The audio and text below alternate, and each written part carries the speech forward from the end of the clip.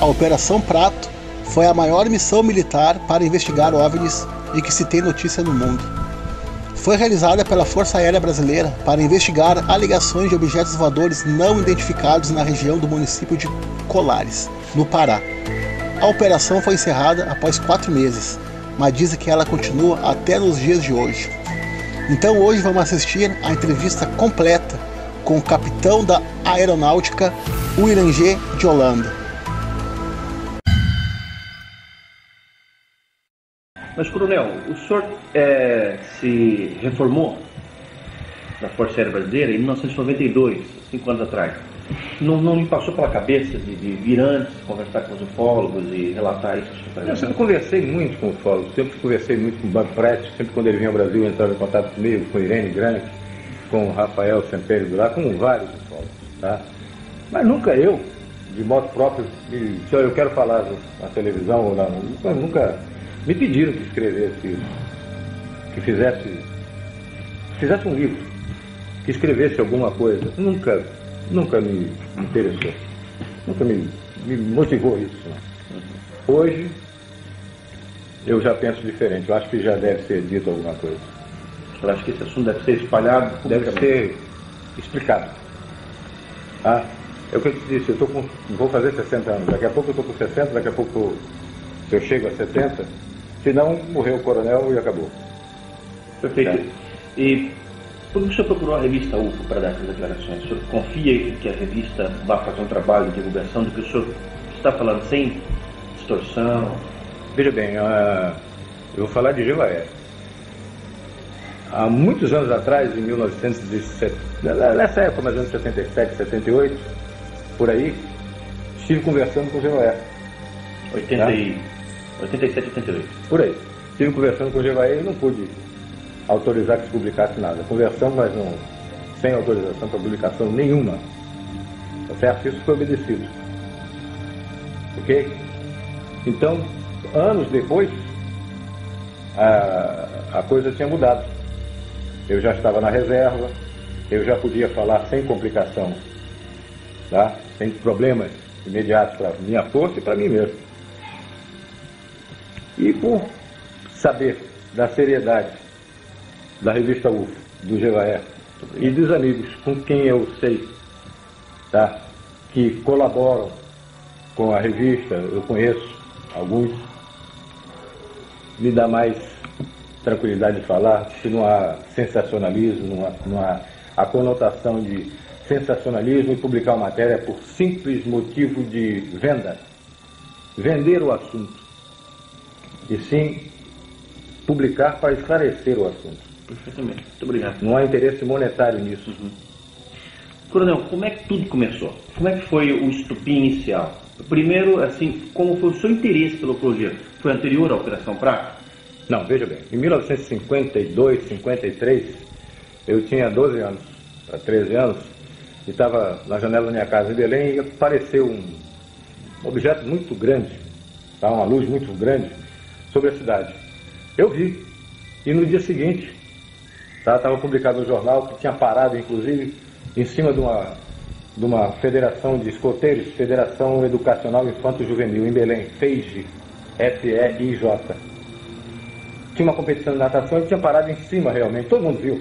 Aí eu disse, olha, garoto, eu vi uma coisa e no dia seguinte estava no jornal. E aquilo despertou seu interesse? Eu sempre acreditei em vida extraterrena, sempre acreditei na possibilidade de que eles tivessem a curiosidade de estar nos observando, nos investigando, uma forma, num planeta com vida, alguma coisa de uma inteligência fora e estivesse observando, mesmo que o contato não fosse franco.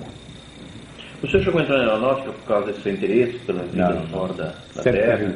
Sempre tive uma paixão muito grande pela aviação e pela vida militar.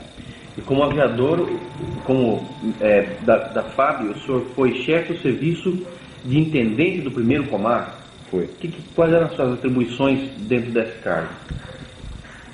Ela dava o suporte, todo o suporte administrativo e financeiro para as ações do comando. E quanto à seção de operações de serviços de informação, conhecido como A2 Aeronáutica, da qual o senhor foi chefe também?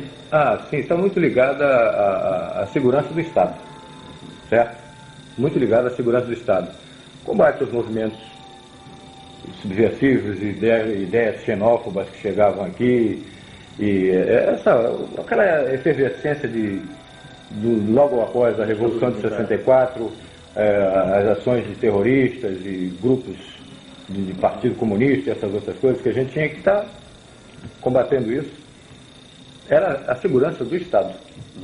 Olha, consta do seu currículo também uma função bastante interessante. O senhor foi chefe do Serviço de Operações Especiais de Selva. O senhor deve ter um monte de experiências interessantes para contar a respeito disso. A Força Aérea, ela tinha uma ideia antiga de fazer um colar de fronteiras. Era a ideia de um brigadeiro que tinha muito conhecimento da Amazônia, uma pessoa inteligentíssima, o brigadeiro Camarão, João Camarão Teles Ribeiro.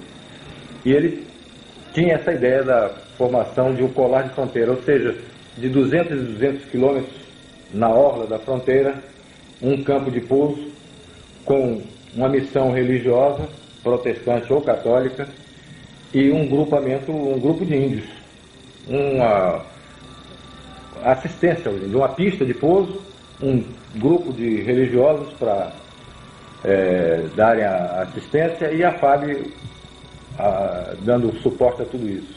Eu, como paraquedista, eu tinha também essa maior facilidade, maior adaptabilidade a esse tipo de missão. Tá? Muitas missões na muitas selva. Missões na selva. Conheceu muitos índios. Muitas tribos, muitos índios, abri muitos campos. Aculturados. Aculturados, não aculturados.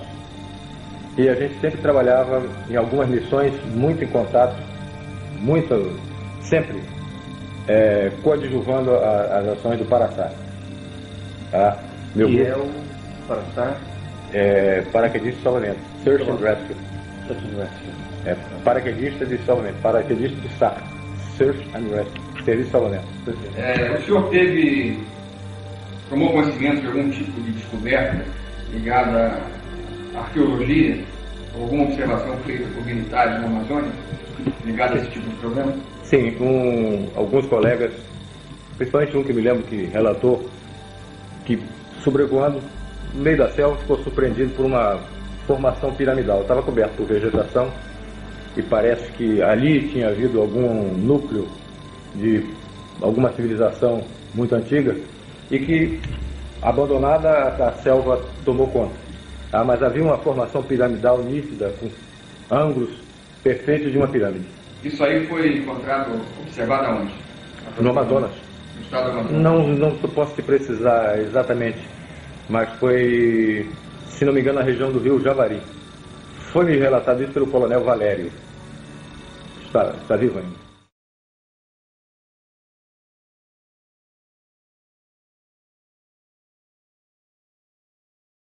Coronel, bom, agora que a gente já sabe bastante sobre a sua atividade na Força Aérea Brasileira, eu queria agora entrar no assunto pesquisas ufológicas. A sua primeira participação na pesquisa ufológica oficial dentro da Força Aérea foi a Operação Prato ou já houve alguma coisa antes disso? Não, de minha parte não. Eu nunca... Minha atividade era exatamente segurança do Estado, tá? As coisas que envolviam comprometimento da segurança nacional, tá? Então a gente tinha ações contra, se diz Partido Comunista, essas formações de guerrilha, esses grupos que faziam assalto a banco e sequestro, essas coisas. Agora, a questão ufológica, o senhor já tinha conhecimento dos casos acontecendo pela Amazônia? Sim, claro. A gente ouvia falar sobre isso. Elas representavam de alguma maneira interesse ou preocupação por parte das Forças Armadas de que fossem uma ameaça externa também à soberania nacional? Não, como ameaça externa não. Era apenas encarado como um fenômeno que até duvidoso. Alguns oficiais, a maioria deles, como uma coisa até duvidosa. E alguns até faziam muita gozação a respeito disso. Faziam muita brincadeira a respeito disso. Tá? A sorte dessa Operação Prato sair é que o comandante na época tinha interesse disso e acreditava nisso. Quem era o comandante? Protásio Lopes de Oliveira, brigadeiro comandante do 1º Comando. Está vivo ainda? Está, eu acho que está. Mora em Belém. E como é que surgiu a ideia da Operação Prato? Foi uma ideia sua, foi uma ideia do comandante, foi uma coisa do governo? Eu não estava em Belém nessa época. Tá? 77? 77. Eu estava servindo em Belém, mas estava fazendo um curso em Brasília. Quando eu retornei do curso, me apresentei ao meu chefe da segunda sessão e ele me perguntou se eu acreditava em disco voador. Eu não sabia nem que estava ocorrendo essa operação. E esse chefe era o Coronel Camilo Ferraz de Barros. Ele perguntou se você acredita em disco voador? Eu acredito. Aí ele disse, então agora você está encarregado desse caso. Aí me deu a pasta com o início da operação para que eu tomasse conta do assunto e ficasse encarregado do caso. De onde veio a ideia da operação chamar-se Prato? De quem veio essa ideia? Essa ideia, eu dei esse nome porque o Brasil é o único no mundo, única nação no mundo que chama disco voador de disco voador. O francês chama de soucoupe volante. Soucoupe é pires. Soucoupe, pires voador. O português chama de prato voador. O espanhol chama de platilho volante. Tá? O inglês chama de flying saucer. É o pires. Eu sabia até como é que o russo chama também, mas não é disco voador. Não é. Tá? Então tudo é relativo a pires. Tá? Como a gente nomeia algumas operações, é uma espécie de código, e esse não podia ficar muito afastado da finalidade real da operação, não se poderia chamar a operação disco voador. Também não queria chamar de pires voador. E ficou mais um primo parecido dele, o Prato. Agora, o senhor disse que o senhor recebeu uma pasta desse seu chefe, quer dizer que já havia então em andamento alguma investigação a respeito? Sim, quando eu cheguei os agentes já tinham sido enviados para investigar. Por quê? Porque essa coisa estava acontecendo muito na região de Colares. É uma ilha que pertence ao município da Vigia, é uma ilha no litoral, já no Água Salgada, no litoral do Pará, frente à Baía do Marajó. O prefeito de Colares, da Vigia, mandou um documento, um ofício, o comandante do primeiro comar, porque essa coisa estava incomodando muito os pescadores. É uma ilha de pescadores aquilo ali. E estava incomodando muitos pescadores. Eles não conseguiam mais exercer atividade, não conseguiam pescar. Porque eram sobrevoados, voavam em torno das embarcações. Às vezes alguns até mergulhavam do lado da embarcação. Tá? Então, passavam a noite, acendiam fogueiras e soltavam muitos fogos. Os fogos de São João. Para afugentar os quando havia o sobrevoo, isso. Então a população apavorada, ele pediu, como era coisa do ar, ele se dirigiu ao comando do primeiro comar, pedindo providências. E o brigadeiro mandou que fosse investigar. Houve em algum momento participação de Brasília nisso? Quer dizer, houve a instrução de Brasília para que fosse averiguado? Brasília pediu cautela, caução, confidencialidade? Não participei, na época eu era capitão. Eu recebi a ordem. Eu não participei desse entrelaçamento. Tá? Era do brigadeiro para a sessão. Nós éramos na segunda sessão dele. Então, se houve, era entre ele e Brasília. Eu não tinha que cumprir a missão que ele me determinou. Voltando então ao fato, o senhor recebeu uma pasta com informações e passou a erigir a Operação Prato. Como é que o senhor estruturou, em que divisões, em quantas pessoas, em quantas missões? Como é que o senhor, enfim, organizou a Operação Prato para conduzi-la? Bom, eu era o chefe, na época capitão, e tinha 5 agentes. Às vezes 5, às vezes 6, às vezes 4, mas eram basicamente 5 agentes, sargentos, que trabalhavam na segunda sessão. E a gente, no local, quer dizer, em campo, a gente dividia, às vezes, a equipe em 2, 3 equipes, para 2 ou 3 posições de observação. Claro que em contato com o walkie-talkie, tá? Comunicação rádio. Os objetivos eram observar um disco voador, fotografar, atirar no disco voador, enfim. E realmente tirar a prova, botar a claro isso, tá? Porque todo mundo falava. Aí apelidaram logo essas coisas que estavam acontecendo, apelidaram o chupa-chupa, tá? E ficou conhecido na época como chupa-chupa. Mas a Força Aérea precisava saber o que estava realmente acontecendo. O que era isso que estava acontecendo no espaço aéreo brasileiro?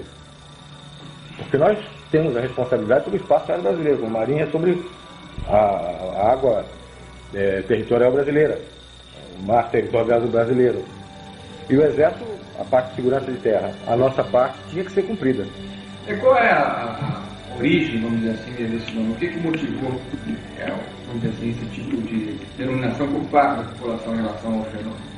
Bom, havia uma série de relatos de pessoas que tinham sido atingidas por uma luz e que julgavam que ele estivesse sugando o sangue das pessoas, porque realmente, depois a gente foi verificar, tinham algumas, principalmente mulheres, no seio esquerdo, uma marca, como se fosse 2 furos de agulha, tá? E em torno, uma mancha castanha, como se fosse uma queimadura de iodo, tá? As pessoas diziam que tinham sido sugadas, o sangue tinha sido sugado, uma parcela pequena do sangue tinha sido retirada. Então passaram a apelidar de chupa-chupa por causa desse fato. Porque uma luz vinha e incidia sobre a pessoa, e normalmente nas mulheres do seio esquerdo, homens no braço, na perna. Qual era a proporção? Quantas mulheres para quantos homens em média? Mais ou menos 8 para 10, em 10, 8 mulheres. Em 10 casos, 8 mulheres. E vocês documentaram os efeitos físicos, as marcas, as pessoas, foi tudo documentado? Foi visto, foi analisado, foi visto por médicos. Tá? Tanto serviço como parte da operação? Alguns foram conosco, não me lembro o nome deles. Quando vocês começaram as suas vigílias, então, e tiveram logo de imediato, aliás, o que aconteceu, as comprovações, as filmagens, alguma coisa assim? Não, eu vou te dizer, sinceramente, eu entrei como advogado do diabo. Eu entrei para desmistificar isso, para dizer que essa coisa não existia, que era vamos dizer, uma alucinação coletiva, que alguma coisa estava sendo vista que não era realmente nada de extraterrestre. Tá? Você imaginava que fosse o quê? Não sei, aves, a plumagem de uma coruja refletida refletindo a luz da lua, alguma coisa dessa natureza. Mas tá? nunca que podia imaginar até que fosse, mas não acreditava que estivesse vendo isso. E eu fui para ver se era realmente isso. E em quanto tempo o senhor teve essa confirmação? Eu passei 2 meses respondendo não para o meu comandante. Eu, quando voltava, passava uma semana e voltava no fim de semana para conviver um pouquinho com a família. O senhor passava semanas inteiras no mato, tá? E voltava fim de semana e a minha resposta para o comandante era não. Ele perguntou: você viu alguma coisa? Não. Eu vi luzes, mas nunca vi luzes que piscavam, passavam abaixo assim, mas nunca nada. Era realmente muito estranho. Mas eu não podia dizer o que era. Não vi. Eu via luzes, mas vi luzes, não sei o que é isso. E ao menos isso durante a noite? Durante a noite. E durante o dia você tinha alguma atividade também incorporada ao projeto? Também. Operação Próxima? Entrevistas, a gente ia procurar ver as pessoas, entrevistar, preparar os locais onde a gente poderia ir de noite. A gente sabia que na noite anterior apareceu em tal lugar. A gente tinha várias informações a respeito daquele lugar, então provável incidência seria naquele lugar e a gente se deslocava para lá. No lugar mais provável do acontecimento. Você tinha também acompanhamento do fato, coletando informações das testemunhas? Isso, sempre fazendo, botando o nome da pessoa, para colocar no relatório. Formulário próprio, um procedimento, uma metodologia de coleta. Isso. E a gente sempre botava o nome da pessoa, localidade, horário, como foi, descrição de cada fato de perfil. Tá? Na mesma localidade aconteceram 3 casos naquela noite. A gente ouvia as 3 pessoas. Que tipo de descrições as pessoas davam, as mais comuns? Não, tinha algumas estranhas e que a gente foi depois comprovar que tinham acontecido. Desmaterialização de parede inteira, de telhado. Como assim? A primeira senhora que eu entrevistei em Colares, eu tinha saído de helicóptero de Belém para Colares. Pousamos em Ibituba para colher uns dados, fica perto de Colares. E decolamos de helicóptero para Colares. Chegamos em Colares e eu fui ouvir uma senhora que tinha sido queimada por esse tal do chupa-chupa que falava. Eu vi, realmente, ela me fez a exposição do seio esquerdo, tinha marca, como eu descrevi, marca castanha, como se fosse uma queimadura, e 2 pontos, tá? De perfuração, às vezes era 1 ponto, tá? Quando nós estávamos conversando com ela, ela me descreveu que estava sentada numa rede, fazendo uma criança dormir, tá? E de repente o ambiente começou a mudar de temperatura, começou a ficar uma temperatura estranha. Ela achou esquisito aquilo, mas nunca ia imaginar o que iria ocorrer a seguir. Ela, deitada na rede, viu que a telha começou a ficar avermelhada, como se você tivesse chegado um charuto numa folha de papel. Ela foi ficando avermelhada, depois ficou vendo o céu. A telha desapareceu. Ficou como se fosse um vidro. Ela via o céu, tá? Ela via do outro lado, ela estava vendo as estrelas, tá? Aí eu fiquei mais preocupado ainda, fiquei mais curioso ainda. E esse povo parecia ser sincero. Tá? E desse buraco que ela falou, que apareceu lá, veio uma luz verde, primeiro, que ela ficou meia dormente, e logo em seguida um raio vermelho. Uma luz vermelha, um raio vermelho. E atingiu o seio dela. O seio dela, seio esquerdo. Sempre do lado esquerdo. A maioria das vezes do lado esquerdo. Na hora que nós estávamos falando, que ela estava explicando isso, uma menina disse: olha, está passando aqui em cima. Em aviação a gente divide o céu em 8 partes, tá? Questão de meteorologia. Ou seja, o céu com 0/8, ele está claro, sem nuvens, sem nuvem nenhuma. Com 1/8 tem poucas nuvens, 2/8, até 8/8 está completamente cheio de nuvens, tá? Nesse dia o céu estava com, vamos dizer, 5/8, quase todo coberto. No buraco, quando eu saí da casa, eu estava conversando com essa senhora. Quando eu saí da casa, eu realmente vi passar num buraco da nuvem, que a moça estava apontando, passou uma luz com velocidade razoável, não era muito veloz, e piscava. Piscava sempre, ó, com oscilação de 1 segundo. Isso. Piscando, passou na direção norte. Tá? Eu olhei e disse: pô, pode ser até um satélite. Porque o satélite até as 8h30 da noite ele ainda tem a iluminação do sol. O satélite artificial nosso, sim. E ele podia, por algum movimento de rotação dele, alguma coisa, ele está emitindo aquela luz piscante. Só que essa luz voltou. Logo em seguida ela voltou. O satélite não volta. Ficou mais estranho ainda. Mas eu não podia dizer que isso era um disco voador. Eu não estava lá para dizer que aquilo, qualquer coisa que aparecesse era disco voador. Eu estava a tirar limpa essa história. E essa era a minha missão. Na região, por parte da Força Aérea, existia algum tipo de equipamento de radar que pudesse confirmar ou ser utilizado para acompanhamento desses fenômenos? Não, só no aeroporto de Belém é radar fixo. Radar do aeroporto e radar fixo. O que significa radar fixo? O radar faz parte do serviço de controle de tráfego aéreo. Tá? Esses ataques, coronel, que estavam acontecendo às pessoas, que já estavam acontecendo com uma certa frequência, eles eram comunicados ao governo do estado, às autoridades estaduais ou nas autoridades municipais? Sim, claro. Tiveram médicos da Secretaria de Saúde, tá? Enviados pelo governo. Pelo governo, foram lá olhar, foram examinar as pessoas. E daí, eles confirmaram os fatos? Eles ouviam o lugar queimado e examinavam, tomavam depoimento do paciente, procuravam, mas não fazer mais nada, porque não tinha, isso não acarretava nada. As pessoas se recuperavam facilmente? Elas ficavam muito apavoradas, algumas diziam que tinham ficado enjoadas, ficavam dormentes por alguns dias.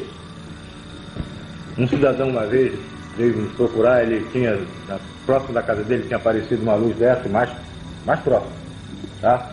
E focou na direção dele, já não era mais essa luz vermelha, uma luz com um foco de um helicóptero, mas não era helicóptero, era realmente uma nave.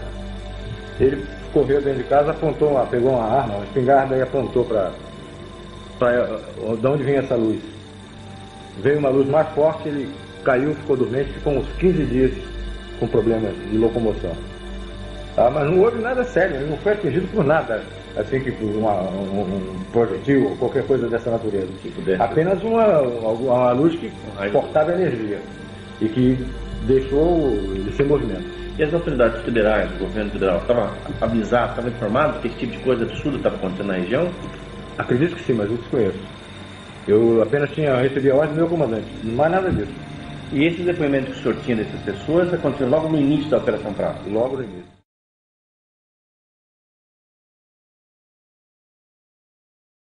Quando foi que o senhor teve o seu primeiro grande contato? Veja bem, nós estamos tivemos a informação de que na Ilha do Mosqueiro, tá, num lugar chamado Baía do Sol, a Ilha do Mosqueiro é uma balneário em Belém, tá? E na Baía do Sol estavam acontecendo coisas. Baía do Sol é muito próximo de Colares. É uma outra ilha. Colares é uma ilha e a Ilha do Mosqueiro é outra. Tem o canal da Laura entre a Baía do Sol, entre a Ilha do Mosqueiro e a Ilha de Colares. É quase que se vê Colares da ilha, lá da Baía do Sol. Mas que lá estavam acontecendo coisas. Nós, como estávamos investigando tudo e qualquer indício era pesquisado, nós nos deslocamos para a Baía do Sol. Eu sempre era questionado pelos agentes que tinham mais fé do que eu de que aquilo estava acontecendo, porque quando eu cheguei, eu já peguei o bonde andando. Eu disse que eu estava em Brasília. Quando eu voltei, é que me passaram essa lição. Tá? Ele disse, mas, o capitão, o senhor não acredita, não? Eu disse, não, para mim não. Para mim isso alguma coisa que eu ainda preciso saber o que é. Dizer para você que é disco voador, eu nunca vi um disco, eu vi luz. Eu não vi disco. Então para mim isso não é disco voador, não é prova que eu fique satisfeito. Eu estou vendo coisas estranhas, mas não posso lhe dizer o que é. E um deles, o suboficial Flávio, ele até brincou comigo, o senhor não quer que essa coisa dê uma volta em cima do senhor, acenda a luz, faça tudo, faça uma voltazinha em cima do senhor, um passeio, só para o senhor acreditar. Eu disse, mas seria interessante isso. Já fica difícil uma luz dessa fortuita, uma coisa que pode ser uma coruja, ela adivinhar que você está brincando desse jeito. E, por coincidência, na Baía do Sol aconteceu isso. Nós estávamos conversando e... Que dia foi, senhor tem? Mais ou menos novembro, outubro, novembro, foi logo no início da operação. 77, né? 77, Apareceu uma luz, tá? Veio de norte, no sentido norte-sul, na nossa direção, a média altura, tá? E realmente quando chegou, ela se deteve e fez um círculo em torno, depois foi embora. Aí eu levei uma gozada da turma, do sargento, chegou, e agora, cara? Eu disse, não sei, ainda não vi. Tá? A luz era de que jeito? Você, sabe essa solda de metal? Maçarico? Não, essa solda elétrica. Quando era menino, os caras soldavam um brilho de bonde, fica aqui que a gente não consegue enxergar. Tá? Um brilho azul, forte. Era isso. Era um brilho dessa natureza, azul, muito azul. Mas dava para se ver, não se via a forma, se via a luz. Vocês fotografaram esse objeto? Fotografamos. Levamos um baile de 2 meses. Não saía nada. A gente enchia o quadro da fotografia, via, eu estava vendo a luz forte, fotografava, pô, agora vai sair. Não saía nada. Não vimos nada. Quando a gente pegava o negativo, não tinha nada ali. Várias vezes aconteceu isso? Várias. Nós levamos um samba de 2 meses. Até que aconteceu uma coincidência. Eu acho que coincidência não existe, mas aí foi um fato inusitado. Eu estava analisando e muito triste, muito chateado, porque eu não conseguia imprimir aquelas imagens na indução fotográfica. E na minha mesa tinha uma lanterna que eu usava em operações de selva. Estava lá, nem sei porquê, porque talvez eu estivesse revisando o equipamento de selva, fazendo manutenção dele, e a lanterna estava em cima da minha mesa. E eu estava olhando os fios, os negativos. Vendo que não aparecia nada. Nada. Eu olhando muito triste, pô, a gente encheu o quadro e não apareceu nada. Eu observei que a lanterna, ela tinha numa extremidade, ela tinha uma lanterna normal. Na outra extremidade, a outra ponta, ela tinha uma capa vermelha, que servia para sinalização em selva, tá? Uma sinalização vermelha. Como você bota um sinal no carro, né? Fica aquela luzinha vermelha. Se você tirasse aquela capa, ela tinha uma tampa, ela tinha um vidro fosco.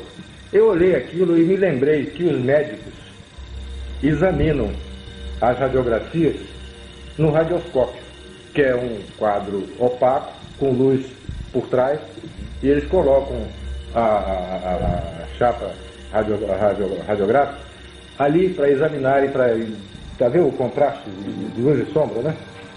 E eu olhei e disse, pô, eu estou com um radioscópio aqui, eu nem sei se é esse o nome que chamam esses aparelhos médicos, mas eu peguei uma fita, um filme, e coloquei ali.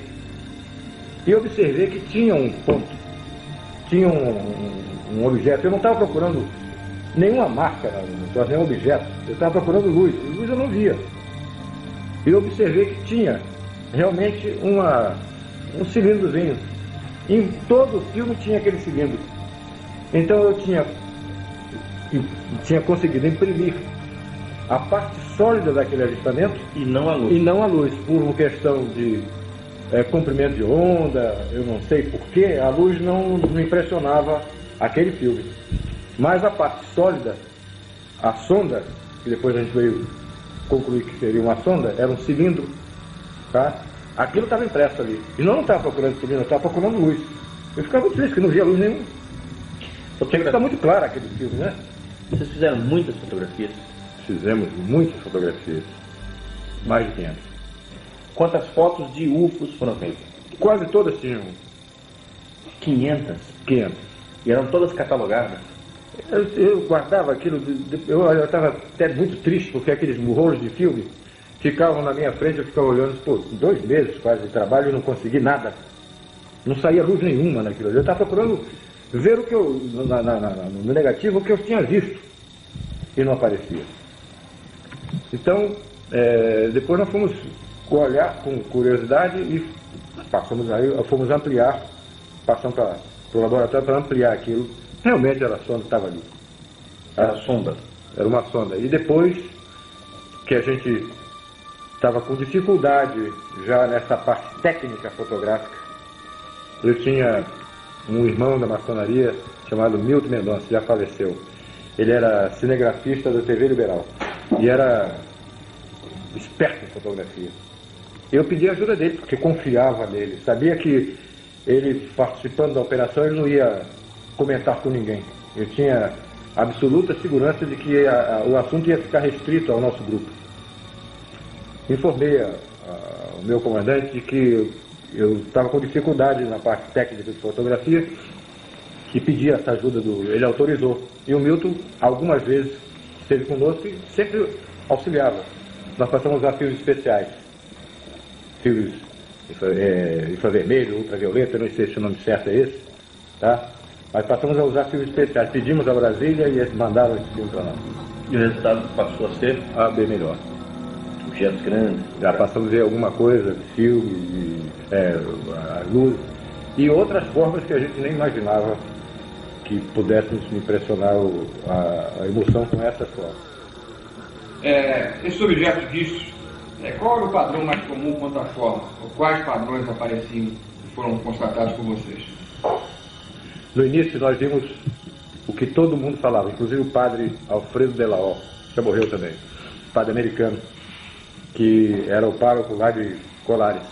Ele me falava de uma sonda que ele tinha visto várias vezes, era como se fosse, e mais ou menos do tamanho de um tambor de óleo de 200 litros.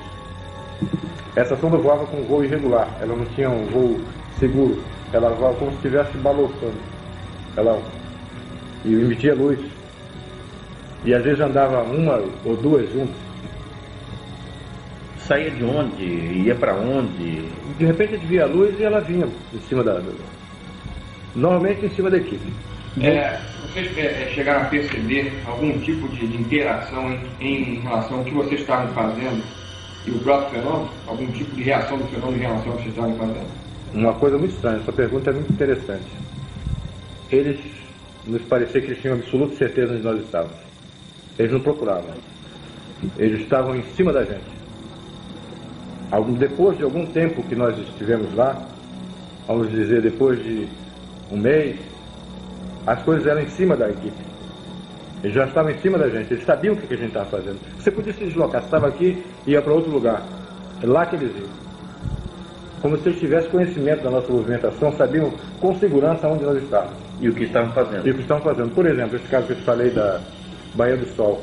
Nessa época, o pessoal já está terminando a aula e aí fica muita gente na praia, né? À noite, o pessoal, a rapaziada, a juventude namorando, e vamos dizer, tem umas 100 mil pessoas ali na orla, no fim de semana. Pô, eles não apareceram em cima da gente, lá na Baía do Sol. Essa curva que fez em cima foi no lugar tudo escuro, não tinha mais ninguém, só estava a nossa equipe lá. A coisa veio e fez a curva em cima da gente, e os caras bigodaram, e agora? Agora Esse foi o primeiro grande acontecimento envolvendo o senhor? Foi o primeiro evento, não digo grande, mas significativo. E daí, o que vocês fizeram? Voltaram correndo para a base? Não, nós ficamos, nós passamos a noite lá, só saímos de manhã. No dia seguinte? Eu conversei com o meu comandante e disse, olha, a primeira coisa, que toda vez que ele me perguntava, ele dizia não vi nada, vi luz. Mas eu relatei a ele que tinha acontecido uma coisa estranha. Teve alguma reação no seu organismo, algum problema resultante dessa observação? Nesse momento exato, não. O que a gente notou é que todos nós perdemos com o tempo, nós notamos que perdemos a acuidade visual. O óculos de um servia para o outro. Eu enxergava muito bem. Nessa época eu tinha 77, eu tinha 37 anos. Logo em seguida nós começamos a precisar de óculos, todos da equipe. Mas isso veio em razão de outras exposições que nós tivemos mais para frente. Coronel, e em seguida a um evento desse, que foi se repetindo várias vezes, pelo que eu sei, vocês faziam um relatório completo, vocês tinham que se submeter a algum tipo de exame, enfim, qual era o encaminhamento que era dado a esse relatório? Era feito um relatório do acontecimento, um relato do acontecimento, uma hora, local, se possível coordenada geográfica, tudo certo, tá? Mapeamento da região, mas exame pessoal em nós, não. Nós sempre fomos pessoas de confiança do comando. Eu digo exame físico. Não. Para ver se tinha algum problema, sempre. Não. E o comandante, quando recebeu a notícia de que alguma coisa finalmente havia acontecido, que lhe havia convencido, como ele reagiu? Ficou mais satisfeito, mais alegre. Me pareceu, a reação dele foi de muito agrado. O senhor comentou esse fato com alguém fora da base, fora da Operação Prato, seus familiares, amigos em Belém? Minha mulher sabia das coisas que eu estava fazendo. Eu conversava com ela, conversei com meu irmão, mas fora disso não. E pedia sempre reserva. Eles me perguntavam por que eu, quando telefonava para casa, não está na operação aí, tá. Eles sabiam, eu sou era conhecido. Minha família é muito conhecida na Ilha do Mosqueiro. O teu irmão estava lá no Mosqueiro, eu vi. Ele estava lá vendo o negócio do chupa-chupa, ele me perguntou, ele disse, não, eu não estava vendo não. Eu vi. Eu estava lá em missão. Esses fatos foram se repetindo? Novas observações grandes? O que mais o senhor se lembra para nos contar? Bom, como a Baía do Sol tinha sido um local muito favorável, nós passamos a frequentar a Baía do Sol com muito mais frequência, muito mais assiduidade. Nós tínhamos amigos no Serviço Nacional de Informações, SNI. Tá? O SNI não tem nada a ver com isso. Ele nos preocupa, isso é assunto da Força Aérea. Mas os caras que estavam no SNI, que eram nossos conhecidos, tinham a curiosidade de ver. Saía muito isso no jornal. Todo mundo em Belém comentava. Eu vou no comentário de manhã à noite. De que havia uma operação da FARC? Não, de que havia esse avistamento. Tá? E eles sabiam que nós estávamos observando. E a população não sabia que havia operação na FARC? Sabia, sim. A Operação Prato? Não sabia do nome, sabia que era a aeronáutica que estava olhando. Sabia que tinha. Sabia que o cara era sargento, que eu era capitão, sabia. Tá? Mas não sabia não sabia do resultado o que a gente estava fazendo. Sabia que a gente estava olhando. E eles pediram para ir numa operação dessa conosco. Como era perto de Belém, vocês podiam ver também. Eu disse, por mim não tem problema nenhum não. Mas peça ao seu chefe lá. O chefe do Serviço Nacional de Informações, na época, era da Aeronáutica também. E foi meu instrutor de voo, que era o Coronel Filemon. O Filemon autorizou que eles fossem, mas não era operação do SNI. Era mera curiosidade, como qualquer outro cidadão podia ter. Eles queriam ver aquilo. E queriam ver com a equipe que eles conheciam, que estava fazendo um trabalho sério. E estava nos locais que já por experiência eram os mais prováveis.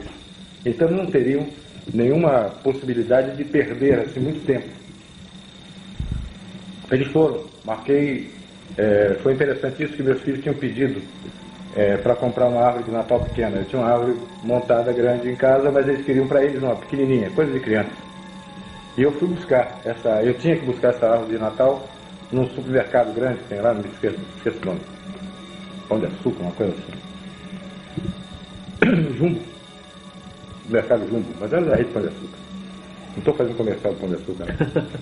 E então eu disse para a minha equipe que o Milton Mendonça estava nesse dia, esse cinegrafista do TV Liberal, que estava por mera contribuição, ele não era obrigado a isso, ele apenas nos ajudava. Aí autorizado, era do conhecimento do comando. E nós chegamos lá às 6 horas da tarde, montamos o equipamento fotográfico, montamos tudo, tá? E ficamos num lugar escuro, reservado, ficamos observando, ver o que viria. E eu disse, olha, mas hoje eu vou voltar mais cedo. Tem que estar em Belém às 8 horas, porque eu vou pegar minhas crianças e vou ao supermercado fazer a tal da compra da arvorezinha de Natal.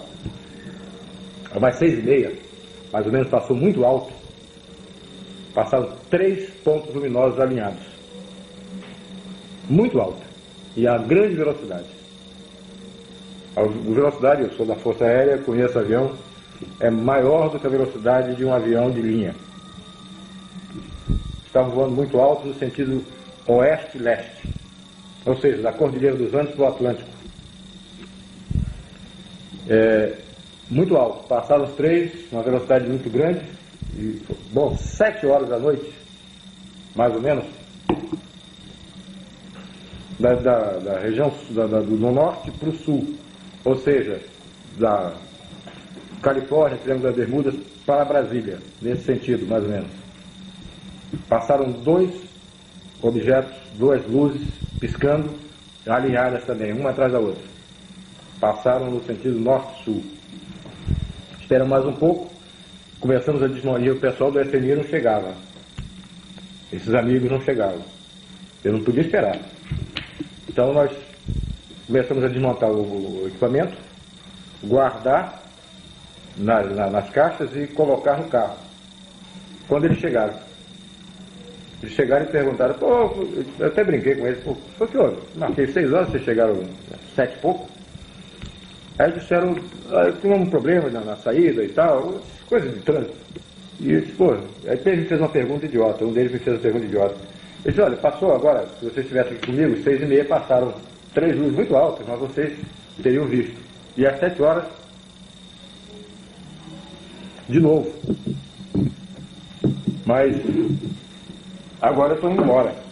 Aí perguntou, e que horas passa a outra? Eu digo, eu não sei, isso não é bom de pôr. Não é?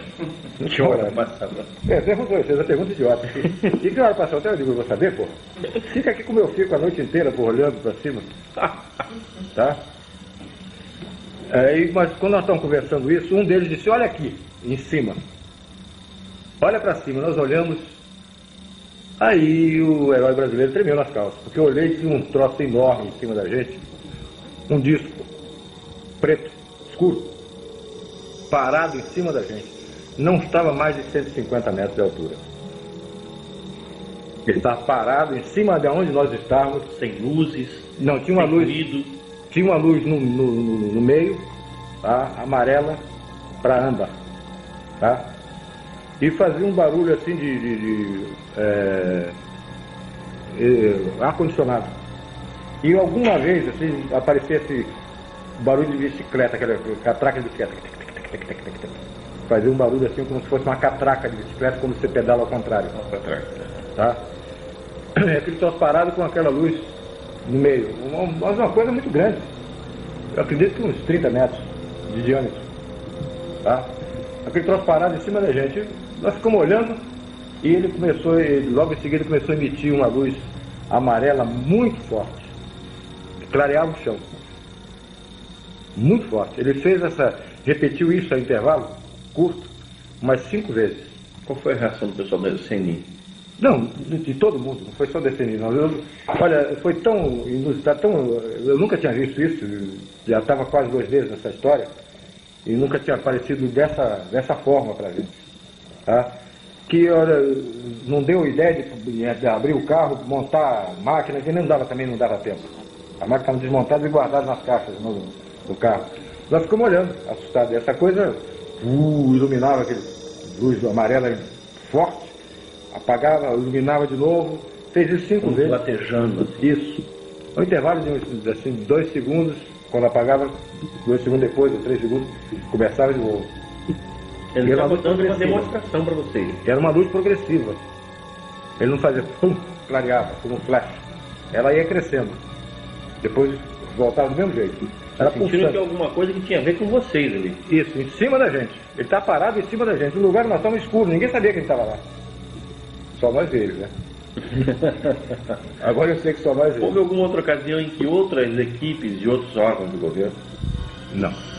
O que eu sei é que houve um vazamento dessa operação, dessa incidência de avistamento. Eu acredito que o foco disso foi no Aeroclube. Tá? Aeroclube de Belém. E uma equipe um jornal da época, não sei se esse jornal existe, eu acho que ele foi comprado, era o jornal, parece que era o Estado do Pará.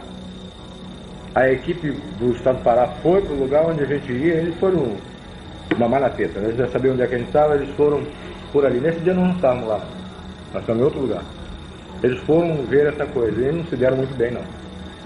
Tá? Viram alguma coisa? Viram uma coisa que eles nunca mais voltaram para ver. Eles juraram que nunca mais fariam uma missão dessa. O que aconteceu? Eles viram uma luz se aproximando, essa luz veio muito baixa, entrou para esse canal que eu falei para você, que fica entre a ilha do Mosqueiro e a ilha de Colares, o canal da Laura, chama de Boca da Laura.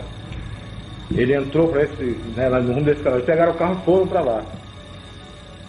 Essa luz se dirigiu para eles, na direção deles, focou em cima deles, eles estavam no carro, o teto do carro ficou translúcido. Transparente também, igual no caso. Igual, como se fosse um vidro. Tá? Eles estavam vendo o céu, ele fez evoluções em cima, parou de volta, e focava em cima dos caras com uma luz muito forte. Eles fotografaram isso. Mas não foi publicado?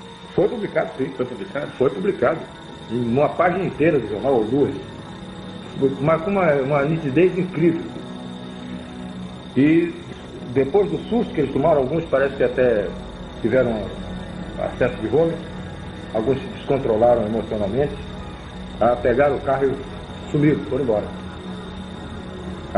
No dia seguinte, ou 2 dias depois, esse troço está publicado no jornal. Uma reportagem vasta. Quem pode dar informação dessa reportagem é o Pinon. É fácil encontrar no Aeroclube de Belém. Era piloto, comandante Pinon. Ligado a uma pessoa que está bem ligada a nós. Que é Daniel Revista. Um empresário. Não, um empresário paulista, ele mora lá, que é o José Luiz Leão Martins. Eu acho que ele não é contemporâneo do seu evento de um tempo para cá. Enfim, em algum momento da Operação Prato, vocês estavam toda hora mandando relatórios do que acontecia lá para a chefia, né? Mas em algum momento vocês perguntaram se haveria possibilidade de informar a população sobre isso? Não foi feita essa pergunta porque a gente sabia que não era possível. Não seria cabível essa pergunta ao comando, porque isso era assunto de coletar dados e entregar ao comandante.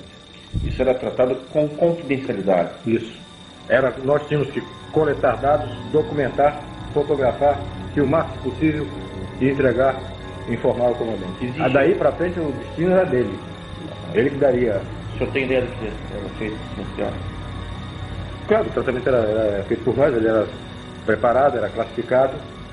Depois que o senhor tem ideia que ele fazia com material de informado ao comandante e depois era arquivado. Dentro do comando. Primeiro comando. Isso aí é para Brasília? Depois foi. Foi informado Brasília na época, sim. Qual é a reação? Não acreditava, não. Não acreditava. Até brincavam, alguns companheiros. Vocês tinham conhecimento que a Força Aérea Brasileira já tinha instituído um sistema de pesquisa ufológica há quase 10 anos antes, em 1969, chamado Sistema de Investigação de Objetos Aéreos Identificados? Nessa época eu era tenente na base aérea de Belém. E foram distribuídos vários folhozinhos, vários livretos com Silani, Oani, tem um nome até, Silani, uma coisa, pedindo que fosse alguns oficiais que se interessassem, que dessem informações a respeito, fizessem relatórios ou dessem depoimento a respeito. E logo depois isso morreu. Foi em 1968, isso, se não me engano. Por aí. E em algum momento houve a participação de militares norte-americanos pedindo informação, ou querendo trocar informação, ou vindo ao Brasil para acompanhar o trabalho de vocês? Que eu saiba, não. Ou o trabalho de qualquer outra equipe? Não, que eu saiba, não. Se isso ocorreu, foi em alta esfera e eu era capitão, não me metia, né? Não me saber. Essa incidência desse fenômeno, ela chegou a ser diária? Era diária. Muito ativa. Vocês detectaram vários tipos de objetos, então sondas, naves. Depois a gente chegou a verificar que tem pelo menos 9 formas. A gente conseguiu determinar, classificar como formas de naves. Alguns eram sondas, alguma fotografia parecia uma nave maior e dela saindo naves menores. Depois essas naves menores voltando para essa nave maior. Tudo isso como se fosse uma nave mãe recebendo ou naves ou sondas menores. Isso foi documentado fotograficamente? Foi. E filmado também. Quais eram os equipamentos que vocês utilizaram para registrar todo esse material? Máquina fotográfica, não posso dizer, de com, sei lá, mas eram máquinas fotográficas Profissionais. Teleobjetivas de 300, de 1000. Essa de 1000 é um terror para trabalhar com ela, porque ela tira de foco rapidamente. Qualquer bobeada, qualquer movimento, ela já saiu de foco. Era um terror, era um trambolho enorme, uma bicha desse tamanho, enorme, que a gente não conseguia operar muito com ela, não. Até para focalizar era muito difícil. E filmadoras? Filmadoras. Algum outro tipo de instrumento além desse? Gravador. Para gravar as reações de vocês? Possibilidade de algum ruído, alguma coisa. Vocês tinham expectativa de que essas naves entrassem em contato com vocês? Esse era um dos objetivos do projeto da Operação Prato? Olha, a gente estava exposto a tudo. Para te falar a verdade, eu não estou fazendo mistério nem sensacionalismo disso aí, porque não me interessa nenhuma coisa dessa natureza. Podia acontecer qualquer coisa, mas a gente estava em uma operação militar, era obrigação militar. Se ocorresse, ocorreu em serviço. Vocês estavam portando arma? Não. Nenhum momento? Nenhum momento. Eu nunca pensou em levar uma arma? Não. Por via das dúvidas? Nenhum momento. Nunca andamos armados, não interessava, não esperávamos que houvesse necessidade, portanto não tinha, nunca foi nem pensado na montagem da operação, na parte logística da operação, alimentação, transporte, não sei o que, armamento. O armamento estava fora, nunca foi pensado em arma nisso aí. Houve alguma expectativa em algum momento, dentro da operação, de que esse fenômeno pudesse ser perigoso, em termos objetivos? Uma vez, sim. Uma vez foi muito forte o aparecimento, e você tem que detalhar como foi, mas realmente essa coisa aconteceu e eu tive muito medo de que houvesse uma abdução. Como é que foi isso? Só para te fazer um parênteses, não te interrompendo e já tendo interrompido, eu depois fui conversando com Rafael Semperi Durá. O Rafael me deu um tremendo de um esporro. Me chamou de maluco, de irresponsável, tá? E disse: você está proibido, você tem comandante, mas eu que sou seu amigo estou lhe proibindo de fazer uma coisa dessa. Nós estamos numa embarcação, ancorada na margem do rio, e a coisa parou na frente da gente a 70 metros. Como é que era essa coisa? Bom, Para te responder essa pergunta, eu tenho que dizer por que nós estávamos lá. Vamos ouvir então a história completa.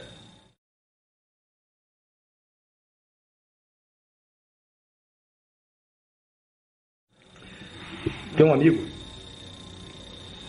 que era oficial, é oficial da FAB, na época capitão Vito polonês, Vito Jamielniacki, é o nome difícil, aliás. Mas fica só com o Vito que fica mais fácil. E o Vito gostava muito de pescar. Ele estava pescando esse rio gostoso de pescar, muito fácil. Pois é, ele pescando, ele soube de um caso, ele sabia que eu estava, toda a Força Aérea sabia que a gente estava nessa investigação. Ele soube de um caso de um rapaz que trabalhava como... ele apanhava barro para essa olaria. Tá? Ele tirava barro lá no rio para essa olaria. E ele soube de um caso que ocorreu com esse rapaz e sabia que eu estava investigando e foi me procurar, me contando sobre o Luiz. Essa olaria era a olaria Koiffer, de Paulo Koiffer, dono do Foto Koiffer lá em Belém. Keuffer, K-E-U-F-F-E-R. E ele me falou sobre esse Luiz. Eu mandei buscar o Luiz. Mandei um agente lá com o carro apanhar o Luiz, que eu queria conversar com ele. Ele me contou um fato incrível. Ele, quando estava colhendo barro, ele viu vestígios de que havia caça comendo restos de flores de uma árvore que estava em floração, tá? Na beira do rio. Ele acompanhou e viu onde é que essa caça comia, era a paca. Você conhece a paca? Conhece. Tinha uma paca comendo nesse lugar. Eu disse, pô, eu vou voltar para pegar essa paca, tá? Vou matar essa caça aí. Levou o barro para a olaria, esvaziou o batelão, era uma embarcação de uns 7 a 9 metros, motor de centro. Ele foi, deixou o barro lá, esvaziou a embarcação, passou na casa dele, apanhou uma espingarda e voltou para lá de dia. Preparou um giral, onde ele pudesse ficar, numa árvore baixa, armou uma rede e ficou com a lanterna e a espingarda lá para esperar que a caça chegasse para ele atirar. Escureceu, ele estava lá em cima no giral, sentado na rede dele lá, esperando ouvir algum barulho para começar a se preparar para atirar na caça. E passou por cima dele uma luz muito forte. A luz passou e logo depois voltou e parou em cima dele. Parou em cima do centro dessa nave que ele me descreveu, e não era de forma discorde, não. Era uma forma como se fosse a cabine de um Boeing, uma forma elipsoide. Do bojo do ventre dessa nave, abriu uma porta e desceu um ser, com forma humana. Desceu, eu perguntei a ele se desceu por escada de corda ou de metal, alguma coisa assim. Ele disse, não, ele desceu sim, tinha um foco de luz. Ele desceu, né, com os braços abertos assim, forma de delta. Ele desceu. Quando ele se aproximou, quando ele viu aquele ser descendo, ele pulou fora. Ele pulou dali onde ele estava e se escondeu próximo. E ficou observando, botou um galho, um ramo de árvore no rosto, e ficou vendo o que estava acontecendo. Esse ser chegou, tinha uma luz vermelha na mão. Ele não era uma lanterna que ele segurasse, era uma coisa que talvez estivesse por aqui, assim, na palma. Aí ele, uma luz vermelha na mão, ele desceu, examinou a rede dele, examinou o lugar onde ele estava. Ele estava com um ramo de folha na frente, lá, olhando, escondido lá, morrendo mesmo. Né? Esse ser depois não procurou, não ficou vasculhando, procurando onde ele estava. Ele foi direto onde ele estava. Ele focou direto onde ele estava. Era uma luz vermelha. Quando ele viu que tinha sido localizado, ele correu por dentro da vegetação. O rio ali sofre muita influência, sofre total influência da maré. Ele baixa e sobe de acordo com a maré. Vira uma lama. Isso. Ele saiu por ali, para aquela margem, tropeçando em tronco, em raiz e com dificuldade de caminhar. Esse ser voltou para a nave e a nave passou a entrar na calha do rio e perseguia ele a baixa velocidade, só que ele estava dentro do rio,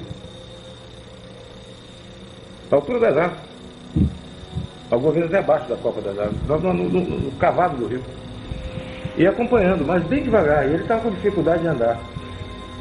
Como ele pretendia caçar e voltar, ele não entrou com o barco, porque senão o barco ficaria encalhado com a baixa da maré.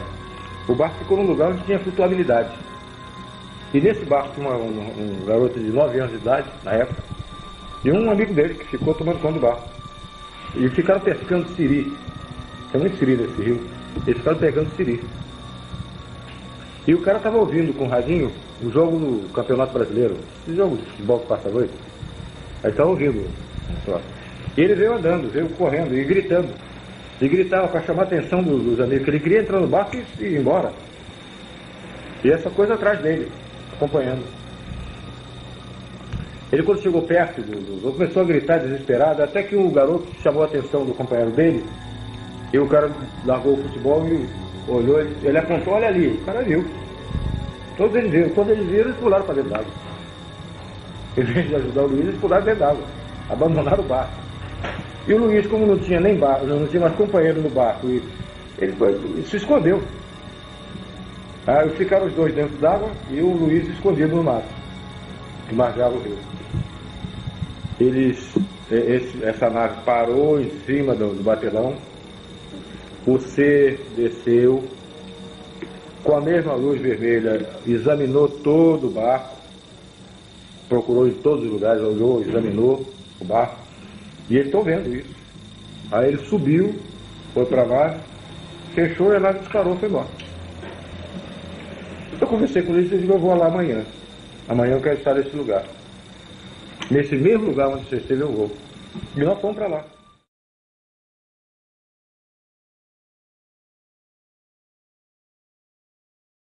Conversamos com o Paulo Costa, que é o dono da olaria, ele autorizou e nós fomos para lá. Quando nós chegamos, eram às 7 horas da noite, mais ou menos, estava chovendo. Uma chuva, não era temporal, era uma chuva.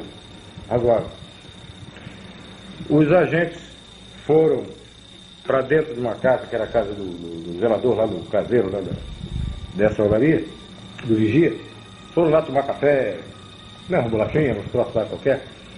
E eu não ia me preocupar com café, com coisa, eu era o chefe da equipe. Eu não podia estar me preocupando com café nem bate-papo. Eu estava lá olhando, fiquei olhando para ver se viu alguma coisa, se alguma coisa acontecia. Realmente, quando eu estava do lado de fora, veio não vi uma forma, era uma coisa escura. Não deu para detectar a forma, se era discorde, se era oito, não dá.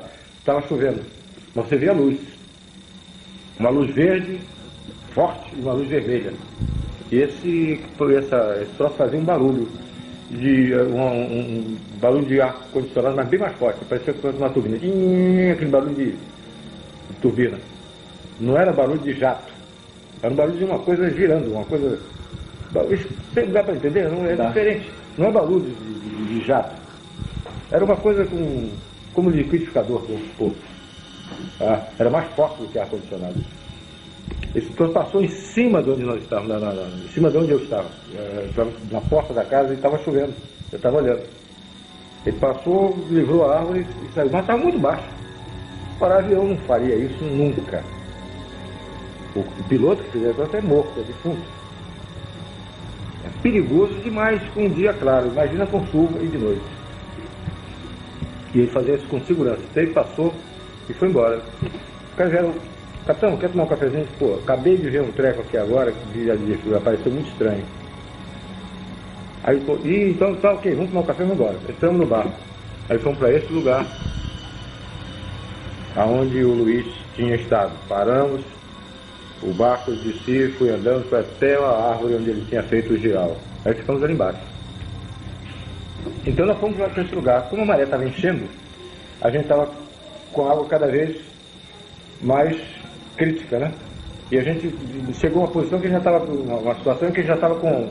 Nada tinha acontecido. Ele já estava com a máquina fotográfica, com tudo, com a mão suspensa. Já daqui a pouco eu tenho que subir numa árvore dessa, senão mergulhava o equipamento com tudo. A maré foi enchendo e nós estamos... É assim rápido? É. Umas 10 horas, mais ou menos, quando nós decidimos ir embora. Vamos embora. Aí pegamos uma canoazinha que estava conosco, fomos até o barco, que está parado na outra margem. Salvamos o equipamento e a gente não morreu afogado. Aí fomos lá, deixamos o equipamento no barco, pô, ficamos lá. Agora eu vou ficar mais um pedacinho. Ô, capitão, você não vai voltar? Não, vamos ficar mais um pedaço aí.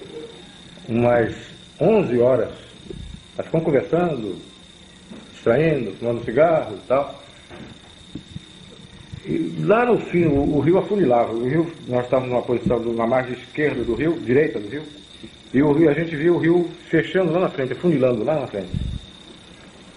A mais ou menos uns 2.000 metros, passou, vinha da esquerda, do norte para sul, cruzando o rio, uma luz muito forte, amarela, âmbar, como um sol, mas muito baixo, em cima das árvores, e cruzou o rio na mesma posição, mais ou menos, onde fica a casa do vigia, onde eu tinha visto a primeira coisa. Passou da região de vigia. Do vigia da olaria. Vigia da olaria. Tá? Dessa olaria do Coifa. Aí passou muito baixo. Iluminava o rio.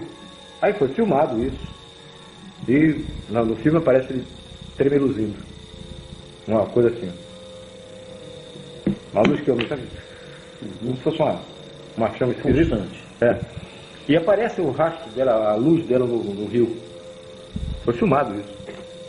E foi bem filmado. Quando você tinha um documento desse gênero, uma filmagem espetacular como essa, isso não ia para Brasília? Ainda não. Ainda era retido lá no comando aéreo? Ficou depois é que a Brasília solicitou isso. Eu não acredito que o Brasília acreditava muito nessa história, não. Tá? O Brasília achava que era o quê? Não sei. Meia dúzia de tanta coisa se fala. Biruta no meio do mato, pesquisando. Eles não queriam se expor, né? Talvez isso é um negócio, a gente vai dar crédito a uma coisa dessa e tal, mas tinha colegas deles lá.